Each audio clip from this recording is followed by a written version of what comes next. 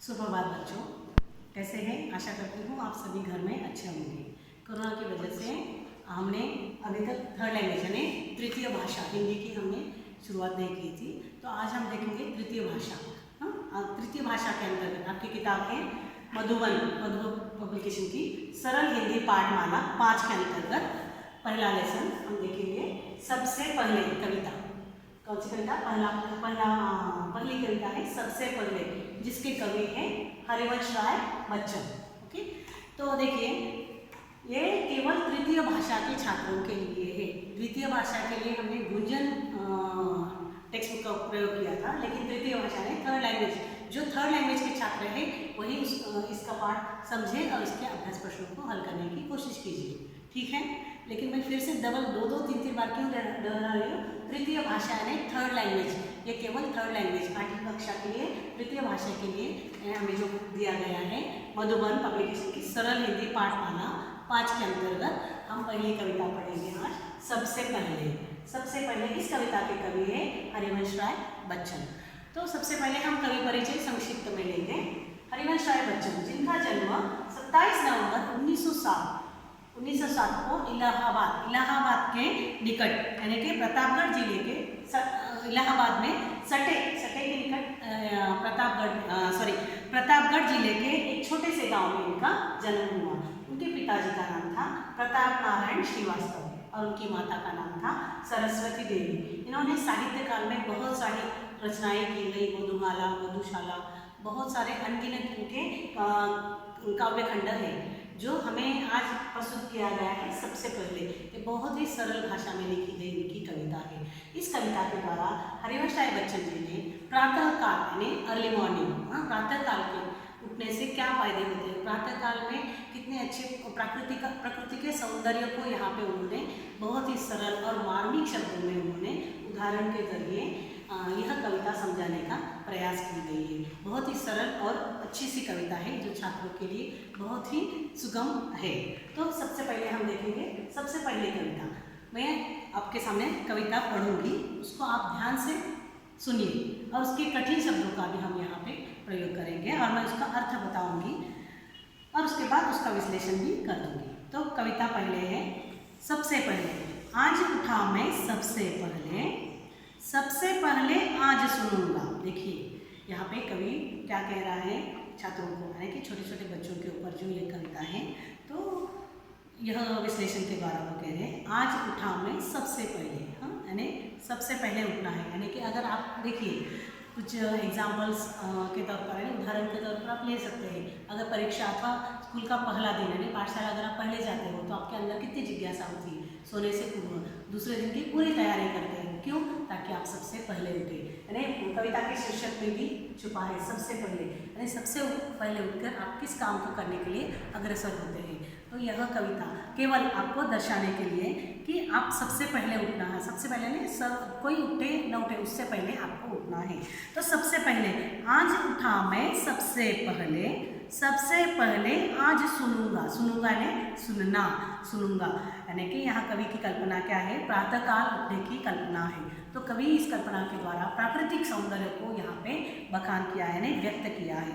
सबसे पहले आज सुनूंगा। अगर आपने देखा है, आपने गौर किया है, सुबह उठते ही प्रकृति को आपने अगर देखा है यहाँ वहाँ पे, तो आप क्या करते हैं? सुनते हैं। क्या आवाज़ सुनते हैं? पक्षियों की चहकने की आवाज़। तो आज उठा मैं सबसे पहले आज सुनूंगा यानी सुनना, हियर। हवा सवेरे की चलने पर हिल पत्तों का करना हर हर, देखूंगा पूरब में फैले बादल पीले लाल सुनहले। देखिए यहाँ कवि की कल्पना क्या है? कवि ने सबसे पहले प्रातःकाल के प्रकृति के संबंध में यहाँ पे किस प्रकार प्रकृति का सौंदर्य आपके सामने है यह दर्शाने की कोशिश की है। इस प्रकार कवि सबसे पहले उठने के बाद क्या करना चाहता है? वो सुनना चाहता है। किसकी आवाज़ सुनना चाहता है? कि हवा सवेरे की चले, यानी हवा कैसी चलती? सर। अगर आपने ध्यान दिया गया हो, सुबह प्रातःकाल का समय कैसा होता है? बहुत शांत रहता है। उस शांतता की वजह से आप धीमी से धीमी आवाज़ भी आप सुन सकते हो। तो सुबह उठ के वह किसकी आवाज़ सुनने लगे हैं? सबसे पहले हवा सवेरे की चलने पर। हवा कैसे चलती? अगर आपने ध्यान देकर सुने हो तो आपको पता चल सकता है कि हवा के सरकने की अथवा हवा की चलने की आवाज़ आप सुन सकते हो। हिल पत्ता यानी पत्ते क्या करते हैं, हिलते हैं। आपने पेड़ पत्ते देखे होंगे तो पत्ते कैसे करते हैं, करने लगते हैं, हिलने लगते हैं। पत्तों का करना हर हर यानी कि पत्ते के हिलने का आवाज़ कैसी यहाँ पे सुनाई दी गई है कवि को, हर हर। देखूंगा पूरब में फैले बादल पीले लाल सुनहले, यानी सूरज कौन सी दिशा में उगता है, सूरज पूरब में उगता है। हाँ, तो सूरज पूरब में उगता है। उगते समय इर्द गिर्द कैसा रहते हैं, प्रातःकाल का अगर आप समय में अगर सूरज, अगर आप इस चित्र को आप देख सकते हैं, ये पर्वत है, यहाँ पे सूरज है, तो ये सूरज की किरणें, तो यहाँ पे जो रंग रहता है इस प्रकार के रंग यहाँ पे छाए हुए हैं, नीले, थोड़ा आसमानी कलर रहता है। उसके बाद स्वर्णिम यानी पीले रंग का भी हो सकता है बादल। बादल किस प्रकार के हैं, यानी स्वर्णिम यानी सुनहरे रंग का, बादल पीले यानी कि ये जो बादल दिखाई दे रहे हैं यह कौन से रंग के हैं, देखो सूरज तो पूरब में उगता है, उसी के साथ साथ उसके बादलों का रंगों की भी यहाँ छटा दिखाई गई है। आप बुक में भी देख सकते हो, यहाँ पे जो बादल दिखाए गए हैं तो बादल कौन से रंग के हैं, पीले, लाल यानी कि थोड़ा सा रेडिश कलर भी है, आप देख सकते हो। और उसी के साथ साथ सुनहले यानी गोल्डन यानी कि पीले कलर का रंग आपको आसमान में दिखाई देता है। तो और एक बार मैं यह स्टांजा पढ़ती हूँ, आप ध्यान देके सुनिए। आज उठा मैं सबसे पहले आज सुनूंगा, आज उठाऊँ मैं सबसे पहले, और सबसे पहले क्या करूँगा, मैं सुनूंगा। क्या सुनूंगा, हवा सवेरे की चलने पर, यानी कि हवा की सर से सरने की जो शांतता में जो आप साउंड अथवा ध्वनि सुन सकते हैं, यहाँ पे सुनाने की, कवि ने सुनाने की इच्छा प्रकट की है और आप सुन भी सकते हो प्रातःकाल के समय। हिल पत्तों का करना हर हर, यानी सुबह के समय में पत्ते के आवाज़, पत्ते अगर देखें पेड़ पौधों के ऊपर तो आप उसको हर हर यानी कि पत्ते के सरकने की आवाज़ आपको सुनाई देगी। देखूंगा पूरब में फैले बादल पीले लाल सुनहरे, यानी कि सूर्योदय का समय, सूर्योदय का ने प्रातःकाल के सूर्योदय का समय का यहाँ पे बयान किया गया है, व्यक्त किया गया है। जिस प्रकार आसमान में बादल दिखाए गए हैं, इर्द गिर्द स्वर्णिम यानी कि अगर अर्ली मॉर्निंग आप देखोगे तो स्वर्णिम पीले कलर का बादल छाए होंगे, उसमें थोड़ा सा हल्का सा लाल रंग भी आया होगा, और साथ ही साथ स्वर्णिम यानी गोल्डन कलर भी, आसमानी कलर तो है, उसके साथ साथ कौन कौन सी छटा है, कौन कौन से रंग है, बादल है, पीले, लाल और सुनहरे, ये अलग अलग रंग यहाँ पे रंगों की छटा दर्शाई गई है। आप किताब में भी देख सकते हैं किस प्रकार के नीले, पीले और स्वर्णिम यानी के गोल्डन कलर यहाँ पे दर्शाया गया है। तो अब दूसरा पैरा देखेंगे। आज उठा मैं सबसे पहले आज सुनूंगा, तो पहली दो जो लाइनें हैं फिर से यहाँ पे रिपीट हो गई है। आज उठा मैं सबसे पहले आज सुनूंगा, क्या सुनेंगे देखिए। सबसे चिड़िया का डैने फड़काकर, डैने का अर्थ क्या है, यहाँ पे शब्दार्थ किया गया है, डैने का अर्थ है पंख, शब्दार्थ, तो डैने का अर्थ क्या है, डैने का अर्थ है पंख, आप अदरवाइज आप उसको विंग भी कह सकते हो। डैने का अर्थ क्या है, पंख। चिड़िया के डैने फड़काकर, डैने यानी पंख, फड़काकर यानी के पंख को फैलाना, आप चित्र में भी देख सकते हो।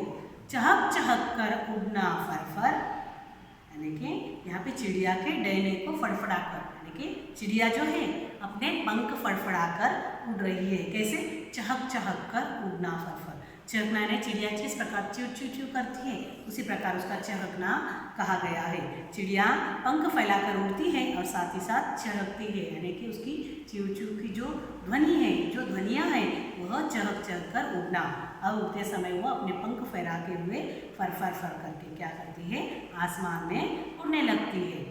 देखूंगा मैं फैले बादल, देखूंगा पूरब में फैले बादल, पीले लाल सुनहले, यानी कि आसमान में देखिए, आसमान में बादल छाए हुए हैं और साथ में वही रंगों की छटा, तो रंग के नाम दिए गए हैं।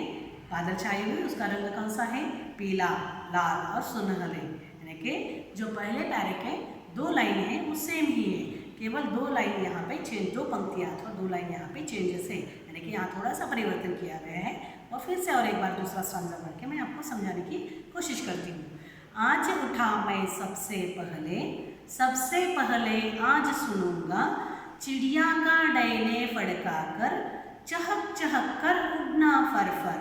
देखूंगा पूरब में फैले बादल पीले लाल सुनहरे। यानी कि देखिए डैने का अर्थ है पंख, यानी कि चिड़िया अपने पंख फैलाकर फड़फड़ाकर और चहकर, यानी उसकी ध्वनियाँ हैं, चिड़ियों की जो ध्वनियाँ यहाँ पे दर्शाई गई है, यानी चिड़िया का चहकना। चिड़िया चहक कर अपने पंखों को फैलाकर फर आसमान में उड़ती जाती है। और यह सब दृश्य देखने के लिए पूरब में फैले बादलों में अलग अलग रंग छटाओं के द्वारा दर्शाया गया है। तो कौन कौन से रंग है इसके साथ साथ? बादल में पीले, लाल और सुनहरे रंगों की छटा है। तो यह प्रातःकाल के समय को दर्शाया गया है। सुबह उठने से क्या क्या फायदे होते हैं देखिए, आप तो जान सकते हैं। सबसे पहले सुबह उठने के बाद आपका माइंड फ्रेश होता है, यानी आपकी मनस्थिति अच्छी होती है, यानी आपका मूड भी अच्छा होता है। तो किस प्रकार सुबह उठने से क्या क्या फायदे होते हैं, अब प्रकृति का किस प्रकार दृश्य, प्रकृति की सौंदर्यता को आप निहार सकते हैं। हवा के चलने से, सरकने से, पत्तों से सरकने की आवाज़ तक आप सुन सकते हो। साथ ही साथ चिड़ियों के डैने यानी पंख फैलाकर जो चिड़िया आसमान में उड़ती है, उसका भी बहुत ही सुंदर और मार्मिक दृश्य प्रकृति में जो आपको प्रकृति दत्त है वो आप उसे निहार सकते हो। तो इस प्रकार हरिवंश राय बच्चन जी ने पहले दो पैरों में, यानी पहले दो अनुच्छेद में यहाँ पे प्रकृति का वर्णन किया गया है। अगली क्लास में फिर हम देखेंगे 2 पैरा। तब तक के लिए यह कविता अच्छी तरह से पढ़िए और इसको उच्चारण, सस्वर उच्चारण के साथ जो शब्द आए हैं, तो डैने ऐसे शब्द आप अपनी क्लास वर्क में लिखिए। धन्यवाद।